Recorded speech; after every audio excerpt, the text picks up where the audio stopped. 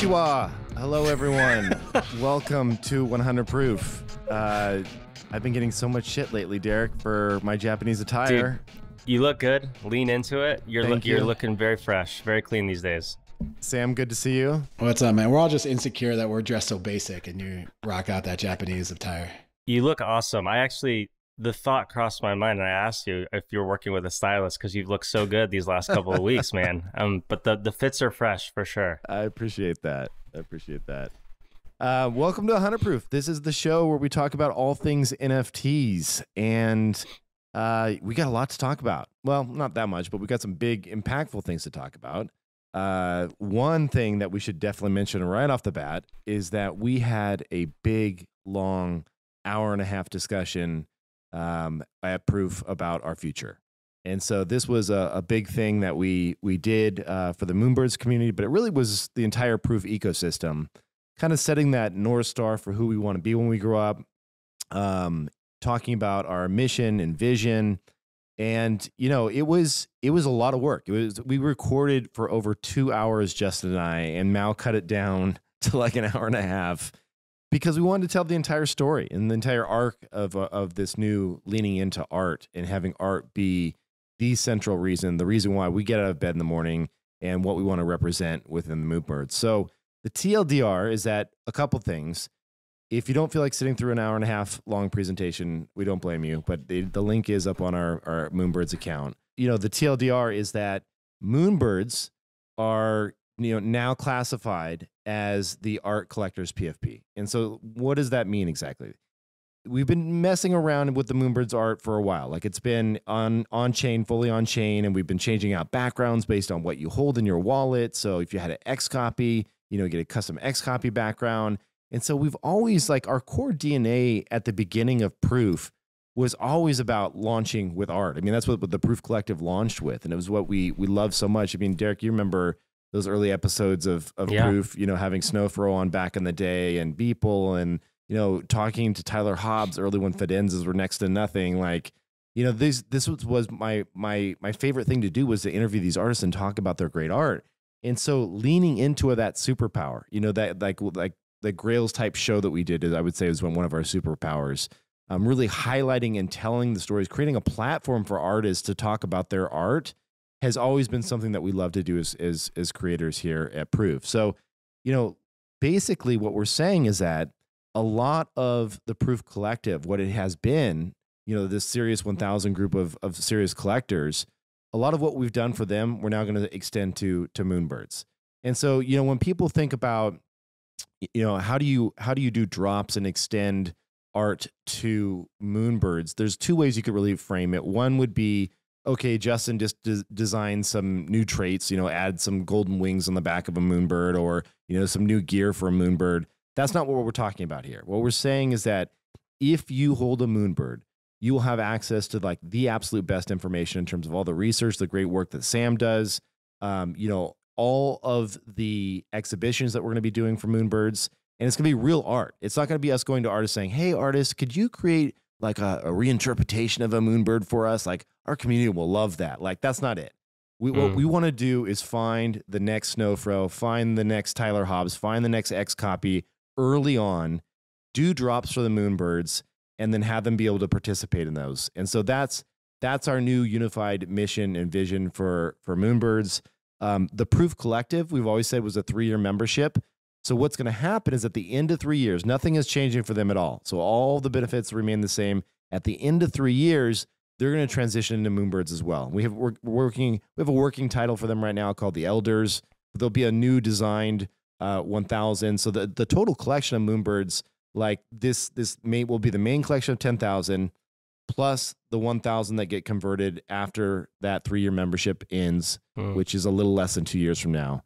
It's a fun new direction, but it's a unifying direction where it's no longer Proof Collective versus Moonbirds versus Oddities. Like, Oddities will remain art. You can burn them for a Mythic. Like, the Mythics collection is still coming. There's a lot there. So there's a lot to unpack. It was a long video. I don't want to go too much on it. That we're not here to talk about this whole launch all day long, but just wanted to share that news and tell people, if they really want to dig in, you can go watch that video now on YouTube under the Proof account. if I just like think holistically about this space and the things that have product market fit, I think it's most certainly one of like the core use cases of this technology as it relates to consumers and consumer applications has been around art. And Art Blocks is an institution around what they've built. Super Rare is an institution around what they've built. Bright Moments is an institution around what they've built, and so on and so forth. And we see demand for these continued products around art continuing to persist. And with Proof and Moonbirds, I think it's awesome to see these worlds kind of converging in an area that I still think has an immense amount of opportunity and an immense amount of growth. And you guys have proven with the artist collections, with the Grails drops, with a number of the curation of that you've done across a number of different modalities over the last year and a half, that you guys can do some really fun, innovative stuff in this category. And so outside looking in, it's been fun to watch you guys really converge around this vision and like create a path forward for the community to rally behind. So I'm excited to see where you guys take it. Yeah, I appreciate that. I think one thing that is worth noting there is you nailed one piece that I forgot to mention, which is this isn't about Proof just doing random drops. Yes, we'll work with artists and we'll do some really compelling like drops to the community that they can raise their hand for, but it's really how can we take our technology and leverage it and create new, unique products that champion this movement, right? That support artists. Like Grails is one product. And it's a fun one, right? It's like you don't know who the artists are. You try and guess. It's like choose wisely. Like you have to pick your grail, right? There are 2 or 3 other products that we can build in this category that are going to be not us just building a marketplace. Like we want to do stuff that's truly novel, truly unique, and also elevates and lifts up artists at the same time, and leans into the storytelling aspect as well that I think we're quite good at. So it's an exciting new direction, and it gives us a clear cut like line in the sand to say, you're either in or you're not, right? Like, you know what we're about now. We really spent a ton of time like defining that true North Star for who we are. And if you're a serious art collector or you want to be, or you're curious about that, like if you have a Moonbird, you'll have a ticket to that whole adventure, right? So it's fun. Cool. It's really fun. Yeah. So I'm stoked. Sam, how you doing? I'm good, man. Yeah. I mean, I think the 2 things I throw in, one is, when I was interviewing and looking at different places to work, and I joined Proof just in August, right? So I was here, for kind of halfway through the adventure. And I think for me, it was always the fact that Proof is a place that champions art was certainly one of my reasons for joining this team and being part of this. But it's interesting that we never made that like very like totally explicit. This is what Moonbirds are about. This is what we're about, and different things did come into the picture over time. And I think it was good to say, okay, like we've talked about other things, but let's refocus, or let's at least just be explicit here about what we stand for. Yeah, it's going to be fun. All right. Lastly, just before we get on to the first story, follow @Proof Podcasts on Twitter.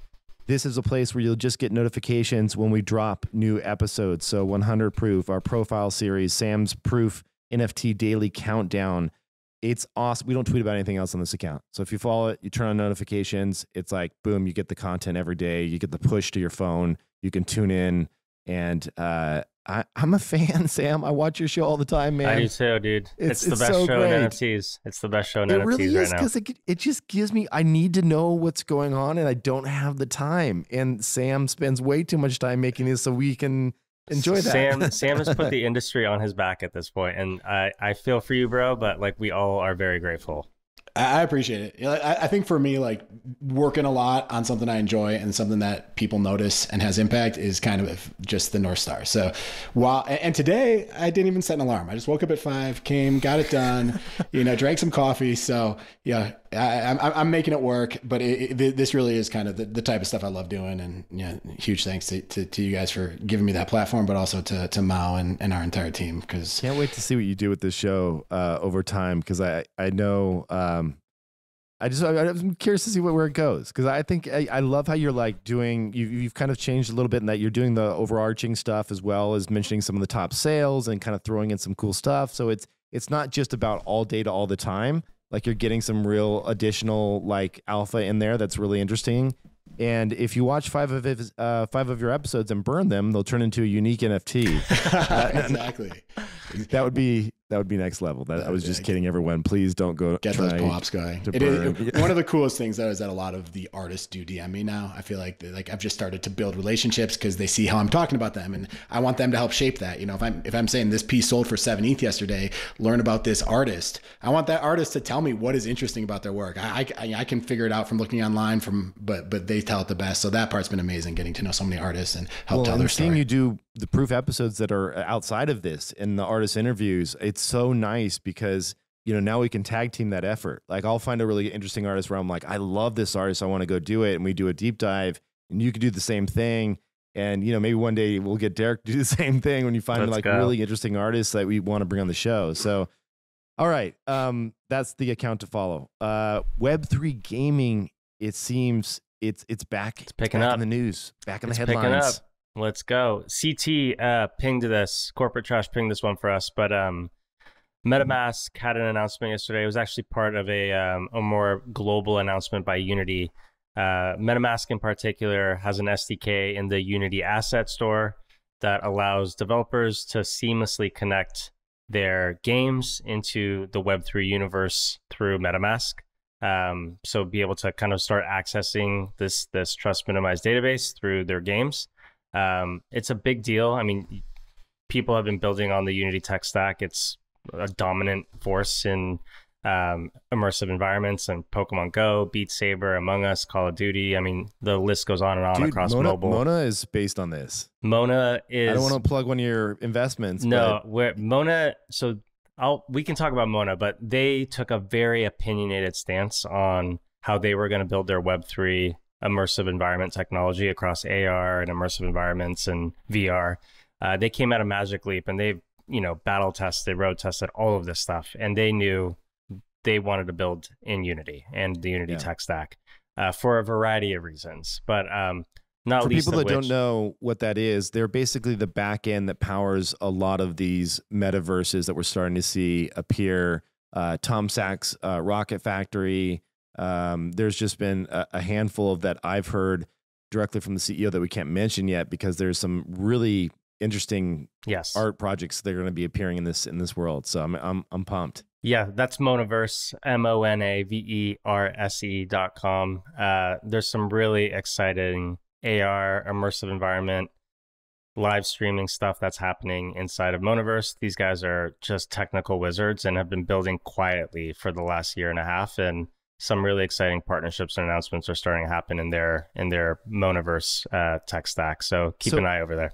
So what we're saying with this announcement with MetaMask Unity, and you guys correct me if I'm wrong here, but essentially they're saying, okay, SDK, Software Developers Kit, is going to allow for things like logging in, signing, purchasing inside of these Unity environments, which could be games, metaverses, you got it. All the above, right? Exactly. I think there's two announcements. The first is that MetaMask is putting their SDK inside of the Unity asset store.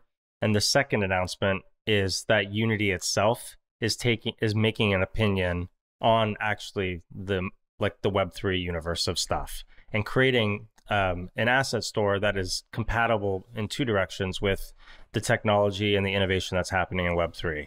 And so things like the MetaMask SDK across all sorts of different products in the future will start to find themselves inside of the Unity asset store, which, you know, is top of funnel to some of the most innovative immersive environment projects on Earth right now.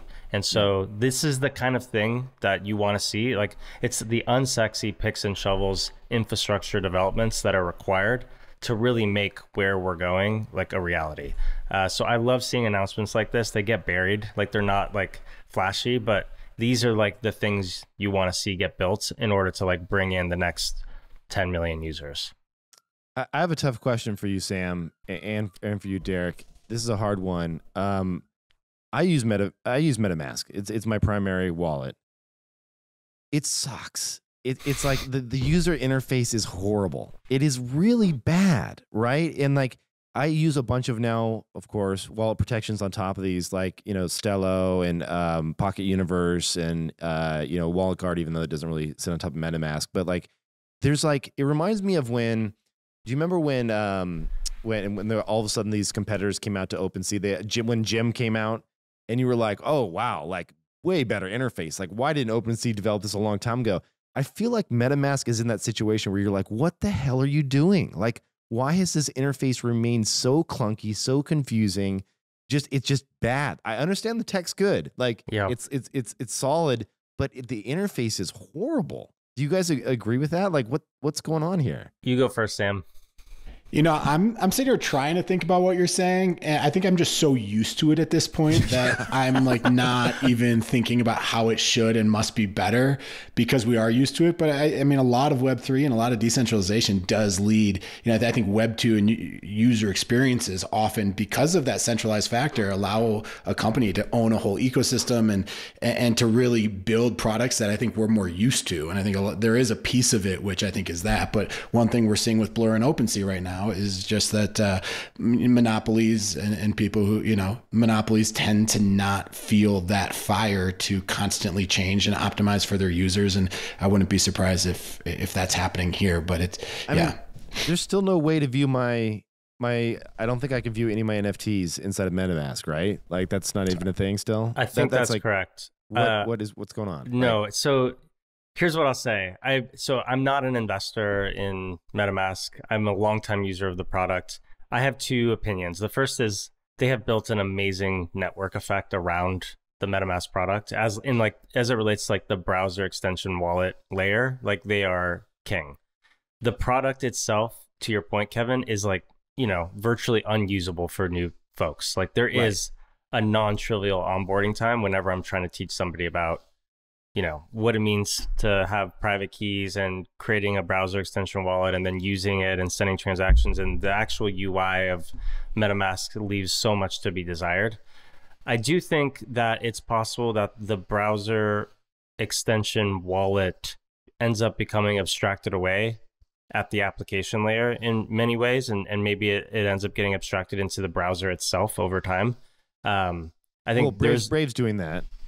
Brave is doing that. There are others doing that. I also think it's possible that new entrants, like as a stopgap, come in and try and compete away. I have to give a shout out to one of my portfolio companies, Rainbow Wallet, who have been tinkering away at the browser wallet extension layer for a long time. And I think they're starting to really point some attention, some resources in that direction. And they're thinking deeply from first principles about what that could look like. Among others, there's tons of folks that recognize the limited usability of the MetaMask MetaMask wallet product. But, you know, these network effects, man, they can be very sticky. And so it's at the same time, you're not wrong. Like, that product is very, very difficult to use. I think of two things here. One is like the network effect, to me, in some ways is great. In some ways it's not. Like, it's different from a Facebook or Twitter, where like Twitter would be irrelevant if there weren't millions of people on it. So you just can't, you know, whereas this product is something that individuals, I mean, I don't know the back end of like the coin swapping and whatnot, but broadly speaking, this feels like something that doesn't require a massive network for individuals to use it. But I do think that, you know, just one of the issues, and I think this is why the exchange business, you know, it's hard for huge competitors to come in, is, you know, and yeah, we had Lux, we had X2Y2, we've had this, but I don't think it's the type of thing where you can get tons. I mean, it is largely because to get everyone to sign over their entire wallets and to trust something with so much of their wealth is so scary. It is so frightening to people. And I just feel like people are now just comfortable with MetaMask. I mean, and that trust factor, like you just want to know that there are no possible fringe bugs. Right. You know, possible exploits. And I think because so many people are on MetaMask, like, it's just earned that collective trust that will be hard for others to gain. You nailed it, Sam. This is the reason why, I mean, I use Brave as a browser. I love it, but I won't move to the Brave wallet yet. And I know I've read all the security things and how it's separate code and they're protecting you in all these ways, but I'm just like, is just that one day where somebody finds an exploit, you know, and no one's going to save you. And that's just the hard part about decentralization, is like, if ultimately you have to, you know, or you have to trust some products, you know, and if that trust falters, you can't be sure. And we saw it with OpenSea a couple of times, like old listings got exploited and suddenly people were losing their NFTs for much less than the floor price because of something they listed 6 months ago or 4 months ago, or even there's this approve all thing, I think was a surprise to some people that was possible through signatures on totally outside sites. Like, you know, and again, not to fault anyone for that. It's just there's this maturation of knowing what the risks are and the exploits are for a normal user that I just feel like is so hard to just tackle all those fringe cases on a new product. I feel like if I'm in MetaMask position right now, I don't see why you don't go quickly acquire, a Stello or a Pocket Universe or someone that just makes all of that data like human readable, right? Like, and really tells you exactly what's going on and protects users. That I love those extensions. Like it's amazing how much clearer things are when I actually interact with them. Like when I'm about to sign something, just a basic signature, it's like, this is how long this website's been around. This is how many other people have interacted with it. This is how long this contract has been deployed. Like little basic things like that in the navigation and the UI UX, like they go a long way. I think agree. the only way, I was gonna say, the only way I think we see another MetaMask serious competitor at the browser extension level is if it's someone that already has a ton of trust out there, right? So I think, Phantom could probably launch something that would be pretty interesting if they move over to ETH. I know they've been Solana. I know they were talking about moving over to ETH. I don't think they have yet. That's a well-respected, Solana-based wallet. It's a beautiful product. Trust is also another really good iOS wallet. You mentioned Rainbow. There's only a handful of these, obviously not OpenSea, but Coinbase, should they decide to move that wallet product over to an extension, would be also really interesting. But yeah, I think you need to build up and have, hundreds of thousands of people using your product probably on iOS first before you make that jump. The one thing, so I'll say two things. The one thing MetaMask has going for it is, and this gets back to the switching, the network effects comment, is application. I mean, when you Web3 auth into a decentralized application, the first connection request that you see is that little box icon, right? It's like, it's always there at the top of the list. Applications default to it. And like, it's virtually the standard at this point to Web3 auth in. It's like that Fox icon is always there. And if you've got a supply side that continues to just throw that icon up, like these things just continue to become standards and defaults over time. I think to the one counter wind I will say that MetaMask has against it is that the switching costs are actually quite low, right? All you have to do is copy and paste the private key or the your seed phrase into a new wallet, and all of a sudden you've got access to all the same assets. And so if you do see a better product come at the browser extension layer or at the browser layer, it really is quite trivial to like port all of your assets and ownership over those assets to this new environment. And it's unlike anything we've ever seen. Like the switching costs in Web3 are so low. So it'll be interesting to see how this evolves. Yeah, absolutely. But props to them for doing this SDK and getting their tech into new environments. That's a step in the right direction. I don't mean to be a hater. I'm pushing for UI refreshment and better. We all are, man. New user stuff. 100%. I do think corporate trash flagged this, but I think like there's like obviously like the MetaMask story is actually quite interesting. But I'll also say the other story here is like this lowering friction to gaming and immersive environment is becoming quite real. And like I think another data point is what we saw with Dookey Dash, where that one-of-one golden key sale after that 2 or 3 week competition, the Fortnite pro gamer sold, I think he's like this 18-year-old mongrel, or I think Sammy probably knows his name. He sold his golden key that he won for coming first in that competition for $1.6 million, which is real revenue. It's real dollars for pro gamers. And looking at the metrics for Dookey Dash and seeing the retention over the course of that competition and seeing how much money was spent, and it was, millions of dollars were spent on these bonus packs to compete. We're getting a glimpse of what Web3 gaming really looks like and how it can be a powerful, like the primitives here can be very powerful to things like retention and playability, and just like resourcing eyeballs on the product. And so I'm enthusiastic. I know a lot of people look at the Yuga ecosystem and the Bored Apes ecosystem skeptically, but if they're proving out models around gaming that are actually quite like they work. And so I'm excited by stuff like this. Where are you at, Sam?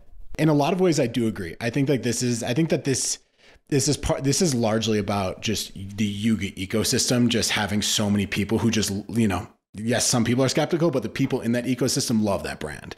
So if they come out with a game, and if you play this game, well, I mean, this game was tech from very long ago, but it just shows like a lot of games, it's not really just about the tech or the graphics. It's about like what it makes you feel and who you feel connected to through it and what's on the line and what the stakes are. And if the award is like one of the top NFTs in an ecosystem that has had, multiple 800 plus ETH sales, then yes, like people are going to get mad addicted. And we saw that. And I think it's just awesome that a gamer, this guy was a Fortnite champion, 18 years old, comes and wins that key, sells it for $1.6 million, which is the third highest purse ever for an individual gaming competition.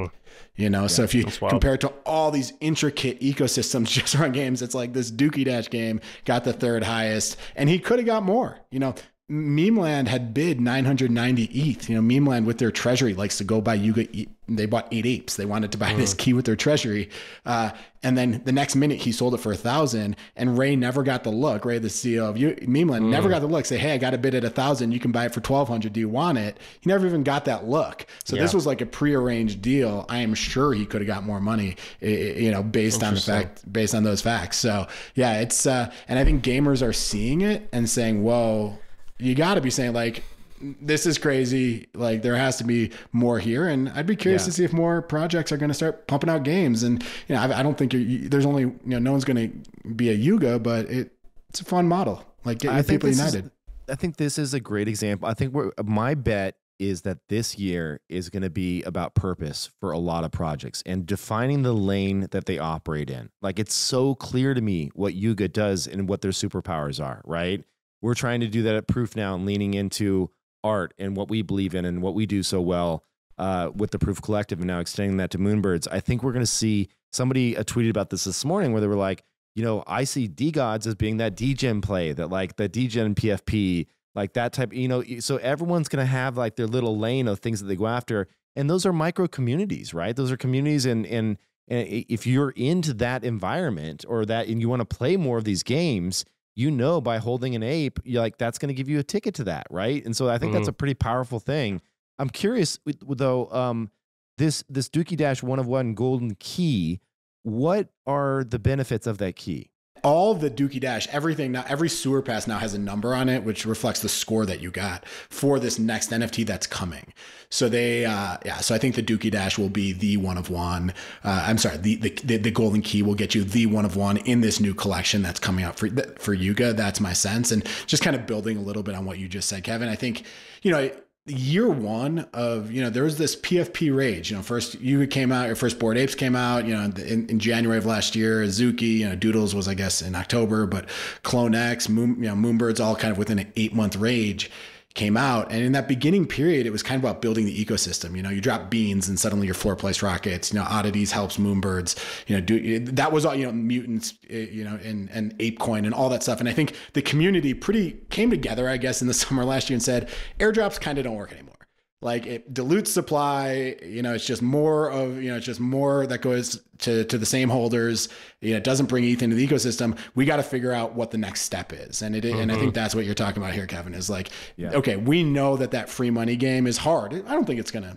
I think it could still work on and off, but it's hard, and we got to figure out what defines us in other lanes as an ongoing, more sustainable model. Yeah. I mean, Blur will come to the Blur token will stop at some point.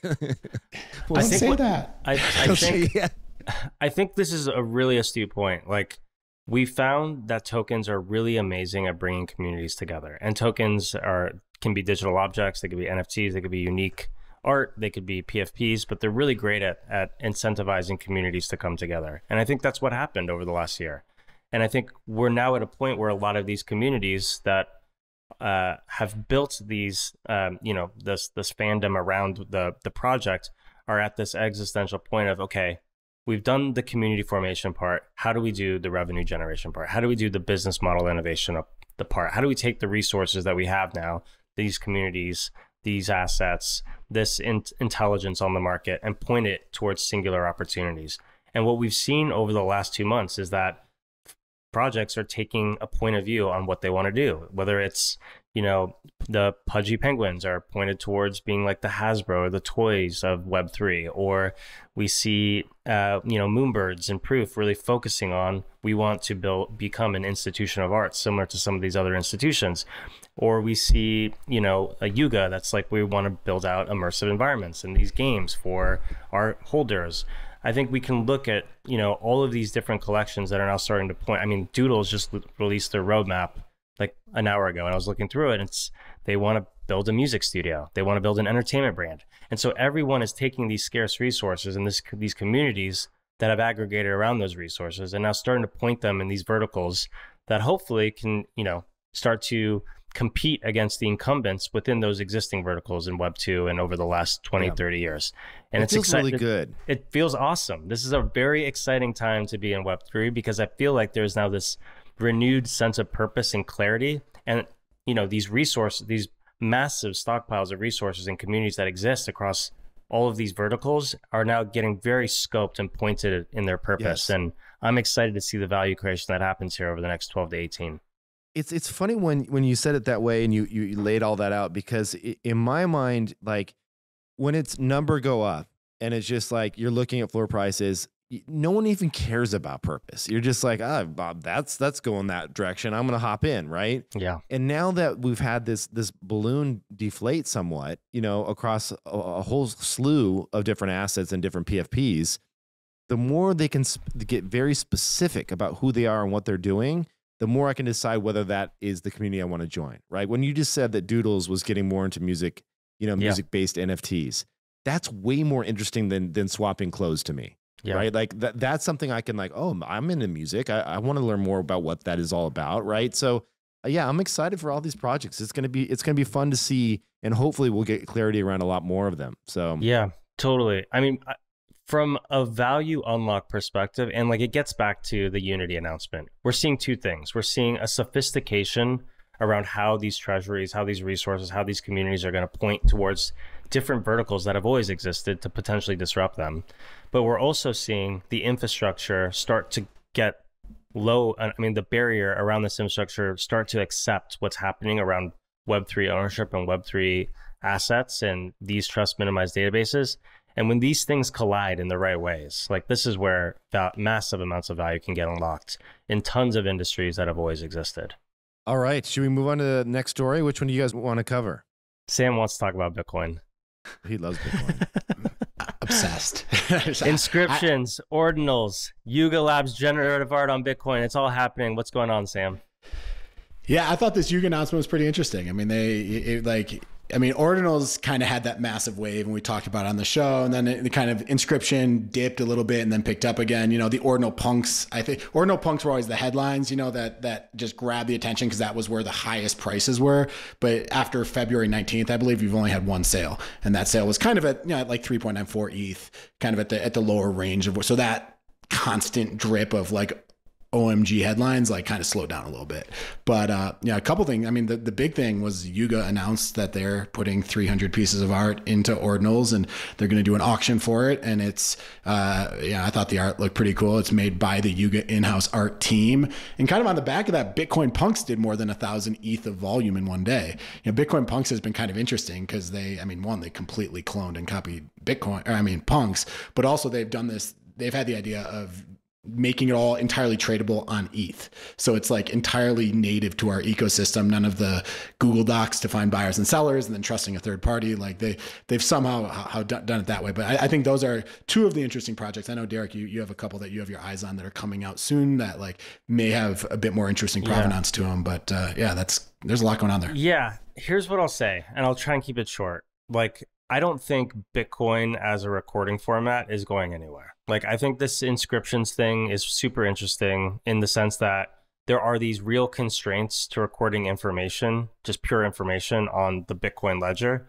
And those constraints are now being used by artists as a permanent database by which to record information in the form of art. That to me is just like the history of innovation and the history of art, using creative constraints in a way to, like, you know, create point of view in artistic works and creative endeavors.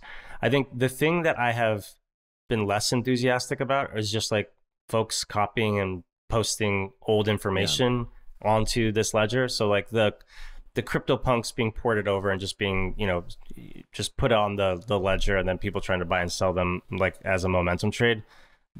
Folks can do whatever they want. Like, this is a permissionless technology. It's just like not that interesting to me. I would say Yuga Labs taking a point of view and saying, hey, we're going to do a generative art project and inscribe it in these inscriptions on Bitcoin. Like, that is cool. Like, there's something interesting to me about that. It's saying that they're welcoming of this new medium. They want to play around with it. They want to get a feel for the community that's forming around this permanent database as like for information, and start like planting a flag in the ground over there around like the cool stuff that you can do around these weird constraints. I would say other original creative projects are probably like the thing that are more interesting to me as it relates to inscriptions. This other one that I've been tracking is Taproot Wizards. And there are folks that are way more familiar about this project than I am, but I can briefly say like what's exciting about it or what's interesting to me about it. And it's because it kind of comes full circle back to the original Bitcoin meme that happened back in February of 2013. So 10 years ago, there was this Reddit handle, Mavenspot, who put this drawing of this wizard holding a Bitcoin staff to the subreddit Bitcoin on Reddit. And that image ended up becoming like an important image for the early Bitcoin community. And 10 years later, there is like this renewed interest to like create an artistic PFP collection around that original Taproot wizard that's being promulgated by some of like the early Bitcoin core members and contributors and folks who have been part of the Bitcoin ecosystem for a long time. And there's that's something cool. Like it's cool. It's like an interesting callback to the history of Bitcoin. It's a call to the future of what Bitcoin can be. It's by a group of people who I think are very deep in that ecosystem and want to see Bitcoin continue to persist in really innovative directions. And so like I'm a fan of like using the creative constraints of inscriptions in like this new original artistic way that like kind of brings things full circle. These are the types of things that I think are kind of cool. Yeah. Yeah, that's very cool. I'm going to go check that out after I have some downtime. One thing I did want to jump back to real quick though on the Yuga generative piece. I love competition in the space, and I think that them getting into generative art is interesting. It was unexpected for me, to hear that Yuga was going to do something in this lane. The one miss I think that this has here is that they should have attributed it to one of their artists, like the artist, I agree. Rather than just say it was the Yuga team. Yeah. Like, tell us who is your champion, who is your amazing artist that you have on staff. Like, we know, All Seeing Seneca did the original Bored Ape stuff, or was one of the main contributors to that art. Yeah. Like, she's amazing, right? And like there's a human behind that.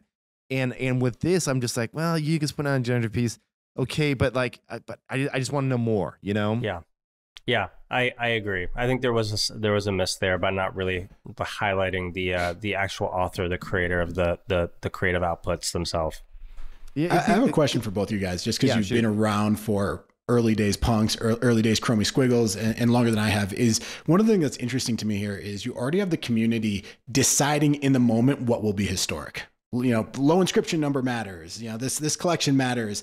And when I think of like CryptoPunks, where they couldn't even sell out, or Chromie Squiggles, where they were trading well below 1 ETH for a very, very long time, I feel like the things that like history ultimately finds historic, or that the future ultimately are accidents. Yes. So agreed. It's very, and here's you kind of have the opposite, where people before it even starts are saying this will be considered historic, and these are the things that will matter. And I guess I'm curious, having seen it all play out in NFTs before, what's your response here? What do you think? What do you look for? Oh my God, Sam, you nailed it. Yeah, I mean, I 100% agree with you. Like, when people, I don't know if you remember, well, maybe this was like 6-8 months ago, I'm sure you do. People were saying, oh, it's the low .eth addresses. Anything sub 1,000 is going to be worth so much. Remember those were pumping, like all the .eth like number domains? They're like, these are going to be historic because they're such low numbers. I'm sitting there and being like, you just don't call something historic, and that doesn't just make it so, right? You're absolutely right. It's the stuff that we were all like, damn it, why didn't I take that seriously? Yeah. Right? Like that's the stuff where you look back on and you're like, it was right there in front of me and I could have done this, right? And I didn't. And I feel like, and now it's a big thing. And those are the stories that I think that you need in order for and also the novelness of it, like how new and novel and exciting and groundbreaking is it eventually down the road, but wasn't apparent at that moment in time, right? Yeah. And so like it's like you were buying something that you just thought, like when we were buying punks back when they first came out, like I literally forgot about them for like a year and a half in a wallet and didn't even think I had the keys to it because no one thought they were going to be worth anything. Like we were just like, oh, that's kind of fun. When people were minting Chromie Squiggles for 0.035 ETH, they were turning around and selling the ones they didn't like for 0.01 ETH on OpenSea. I mean, like you're like the word you use about an accident. I think there's a lot to unpack there. I think there's like, it's maybe difficult to like understand why these things are interesting or important or how they could be influential until you see how the next 6 to 9 months unfolds. But there is at the through line of like these things are very organic in how it happens to become important in a way where, you know, Babe Ruthing it and calling the homer before the project even launches is just like, it's just it's just not how these authentic important narratives or stories end up actually accreting to these projects. Yeah, it'll be interesting to see how it plays out, as so many things are. I mean, this has all the ingredients of it. You know, it's just, I was just thinking about like Nouns, where like it immediately was called historic, and then, you know, the sales like 5 through 15 started selling at 100, 150 ETH, like right at the very beginning. Yeah. You know, you almost jump that process of history, being like, whoa, this is really, really cool. And nothing against Nouns. I just when you look back at the times where it's immediately called historic, like it can be a risky investment. I agree. What I say. But I do think the pieces are here for it, because Bitcoin is obviously, like, in a world where we care about provenance and, you know, like you can't get more provenance than Bitcoin. But yeah, I mean, there's a lot of things where this is the game that as a collector, when you're playing in the art world, it's like you're also trying to unpack this in real time in your head, right? Like when you think about math castles, what will that eventually become? When you think about some of these projects that are not only art, but they also have unique mechanics behind the scenes, like what is that going to mean 5, 10, 15 years? Or is it just like a hot flash in the pan? Like this is the crazy, everyone's focus and attention is on it right now, or will it stand the test of time, right? And become something much larger. And so I'm always asking myself that question. I think that the thesis I had around that early AI art is still, you know, I don't think it's a home run by any means, but it was like, okay, maybe I should be buying early AI art because that is where the world seems to be going. And if that becomes a massive thing, we'll look back historically and say, who were the first, right? And so it's some of those things you kind of work as a collector, you work through in your head, and oftentimes you're wrong, but sometimes you do get them right, you know, if you're early. Yeah. You know, I've one of my favorite things to do in catching up at the end of the week is to ping Sam and say, hey, like, what are some of the cool sales that happened this week? What are some of the interesting highlights that are like aberrations in the data this week?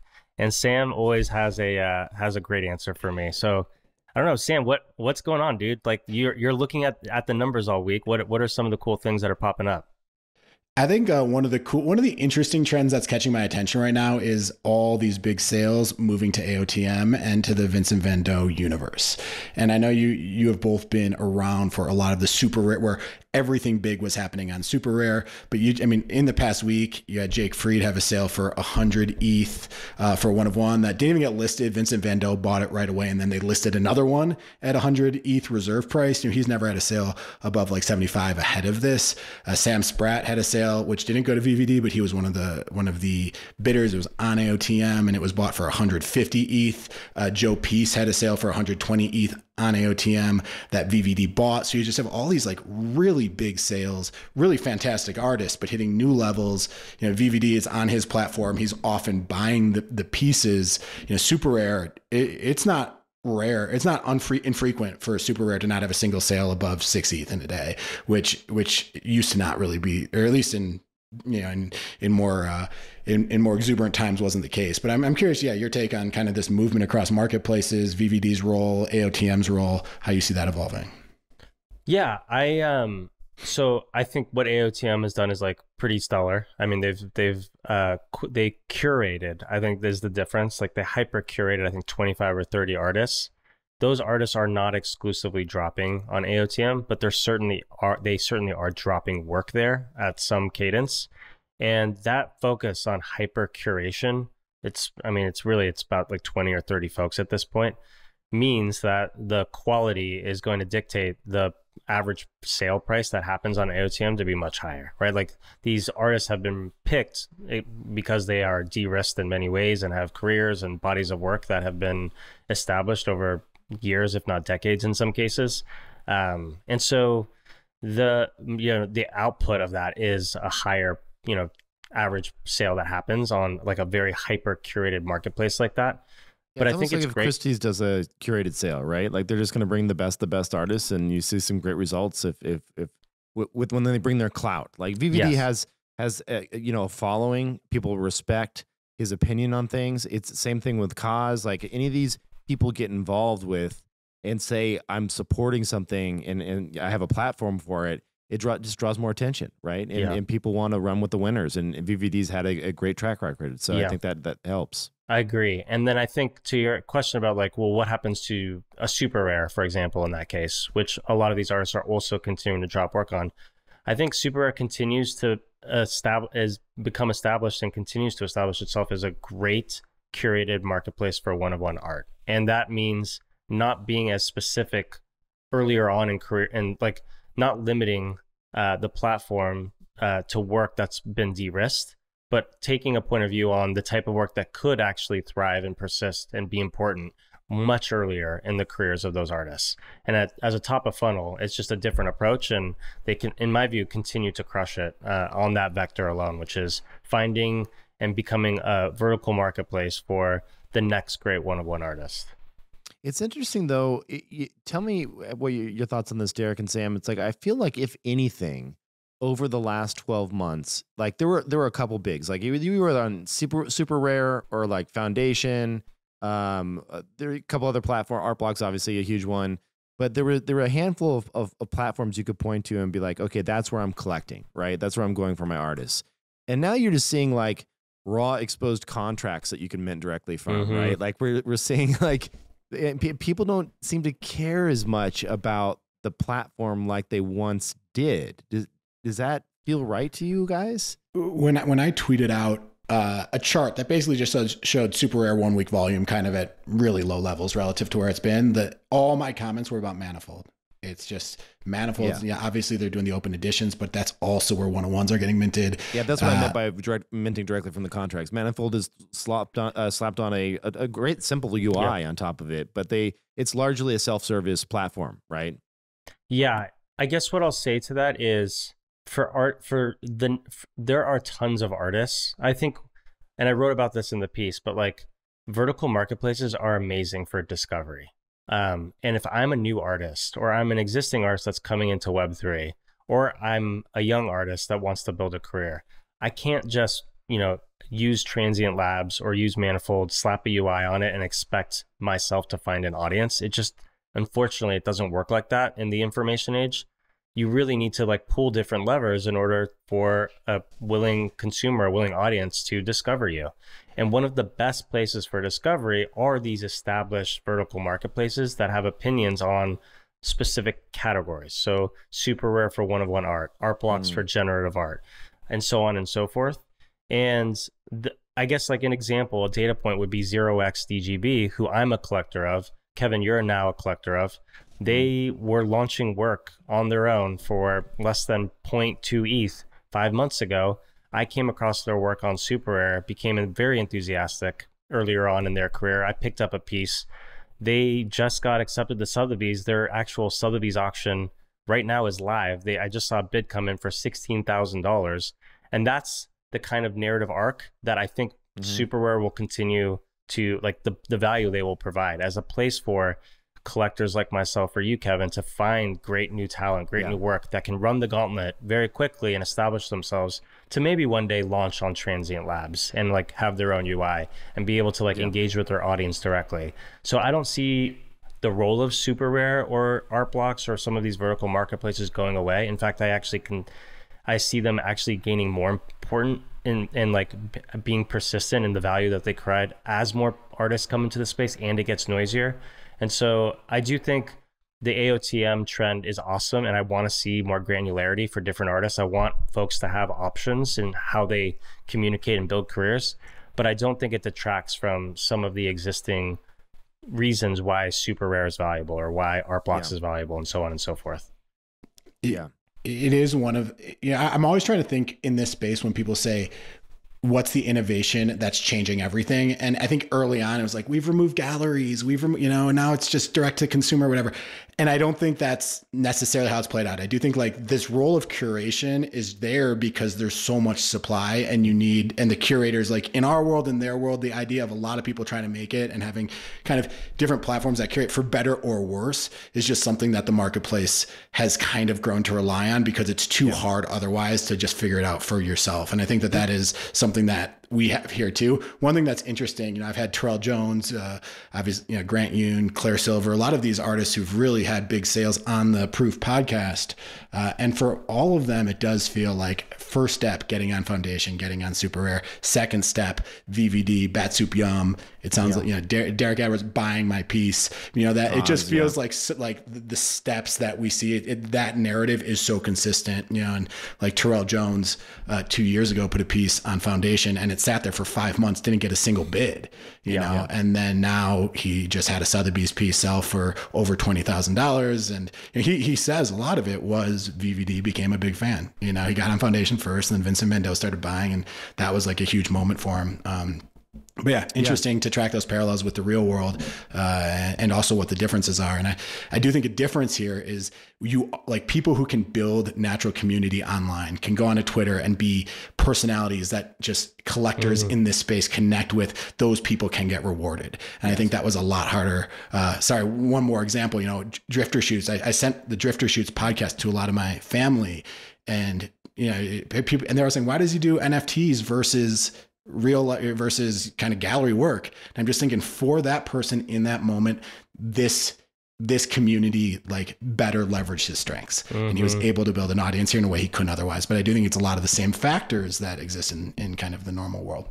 Yeah, my hope and dream, not to bring it back to the Moonbirds, but just one last time, my hope and dream is that it'll be what Proof will provide is high quality editorial content and that storytelling component of new and up and coming artists that we can do on video, like mini documentary style of who they are, why they do what they do, why their art is special, and then use the wisdom of the crowds when we get the right people in the room to say, you should be paying attention to this. Go do a documentary and feature this. Sam, you should go and interview this person, right? And like have that be backed by a few thousand Moonbirds saying, this is someone we found that we want to champion and rally behind. Like that's powerful. I see the vision. I see the vision, sir. I'm stoked on that. Well, I think that is about it. Well, we didn't mention the Fidenza sale. That was pretty nuts. 266 ETH. That was, I was like seeing that. I can talk for a minute about this. I got to give a shout out to AC, the collector, who is a friend. He also works for the Punk 6529 group on the venture team and their collection team. He is a collector of Fidenzas. I think he has about 8 or 9 or 10 of them. And he had, I think, interest in this particular Fidenza for a long time. It's a micro uniform. It's a very rare trait in the Fidenza collection. It's a gorgeous output.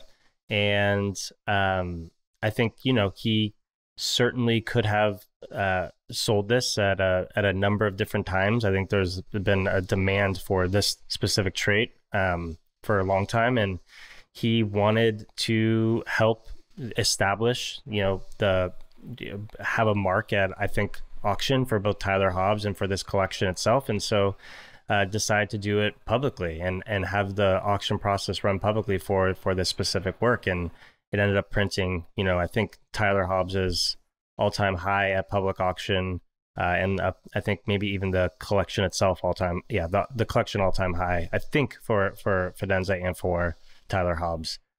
So 266 ETH, that was earlier this week. So shout out to Tyler and to AC as well.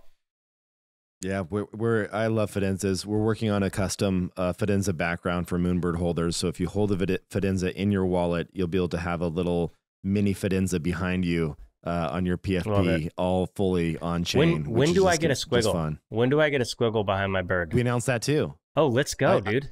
I talked to Snowfro about this. We're trying to figure out the thing that's a little challenging there is we're trying to figure out, can we pull your spectrum from your squiggle and use that so everyone is a single their own custom spectrum behind them? Or do we just go with one global, I own a squiggle, so we're creating a custom gradient that's squiggle-like in the background. We're working through that stuff. I would love a personalized one, but honestly, anything would be great. I would love that to be rocking the squig. I talked to Eric about it. He said it's possible. It's just like, it's engineering time. You know what I mean? It's like, I get it. Okay, do we want to go spend a week figuring this out? Yes. It's like, there's trade-offs there. Totally get it. Sam, what did I miss with the Fidenza sale? Anything else to add there? No, I don't know if, just to be clear, this definitely wasn't the highest Fidenza sale ever. I mean, there have been Fidenza sales at 1,000, but it was at auction. At auction, like public auction, off chain. I actually do want to talk about that point if you want to weigh in first. Oh yeah. Well, I mean, I think you hit the details. It really was that micro uniform trait. I was looking at prior sales, and this was kind of in the range for where that trait has traded, like in that 230 to 270, 300 ETH range. But then I looked, and there's only been one sale over the past year. You know, so this is just not something that moves very frequently. There aren't that many of them. And yeah, I think there's 15 of them, maybe 20. It's a pretty rare trait. Yeah. But maybe, to your point, maybe a little more. And this is a great point. We should actually talk about this. The truth is that Fidenza probably could have sold for more on chain. And I think this is a tension that I have seen over and over again, is when this work moves from the trust minimized environment and the global market and the 24/7 pricing and discovery of these objects to a very like throttled specific auction where the buying, the demand side for that is primed to purchase that work is much, much smaller, and it's confined to a specific period of time. I mean, we've seen discounts at these collections in these off-chain sales. And so I don't know if you got any data to back that up, Sam, but like I know as someone who's collected work over the last 2-3 years, if I'm trying to maximize visibility and discovery and possibly, the price that these things sell for, the work that I own sells for, I'm probably not going to do it in one of these sales. But I do think reputationally, it's amazing for that work to sell at Sotheby's, to sell at Christie's, and for some of these big brand names that have existed in art circles for hundreds of years.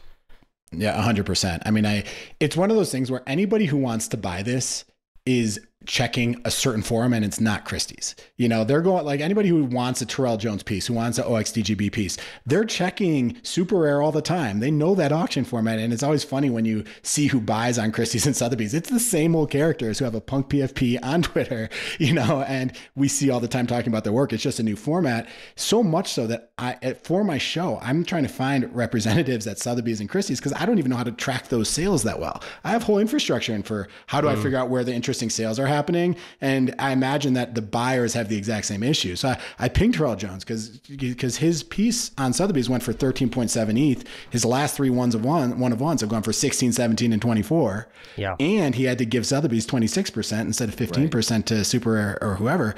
So, and he just said, look, man, I want to be a Sotheby's artist. I want my aunt to see that I sold a piece on Sotheby's. It's amazing. It's the same thing like you're saying. Like, these are people who are out there building our brand in a totally new forum.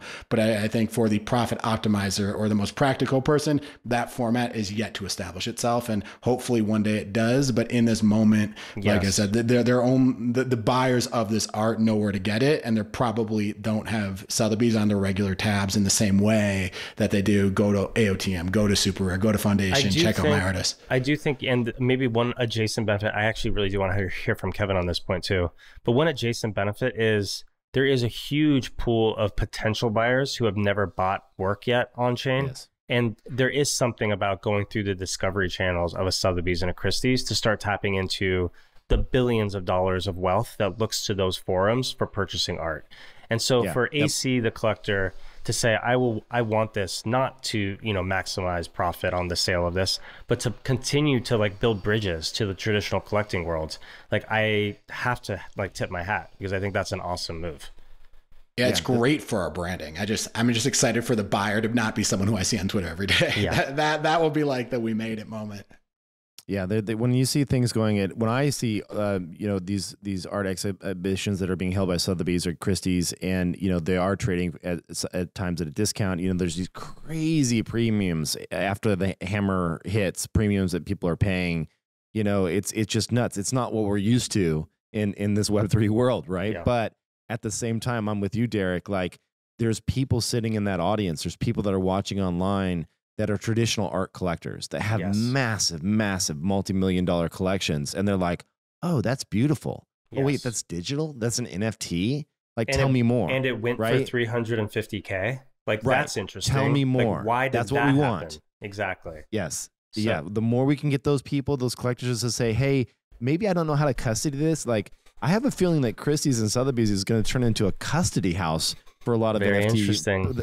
Very people that just can't figure out how to self-custody this. It's like I was at a dinner last night, not a dinner, but a little party thing last night. That was it was a lot of tradition. There was a lot of traditional art folks there, and it was brought up that I was into NFTs, and there was a couple that I was talking to that I would, if I had to guess, they were probably in their early 70s, and they're big traditional art collectors. And they were naming off some of their pieces, and I'm like, oh my god, the amazing collection.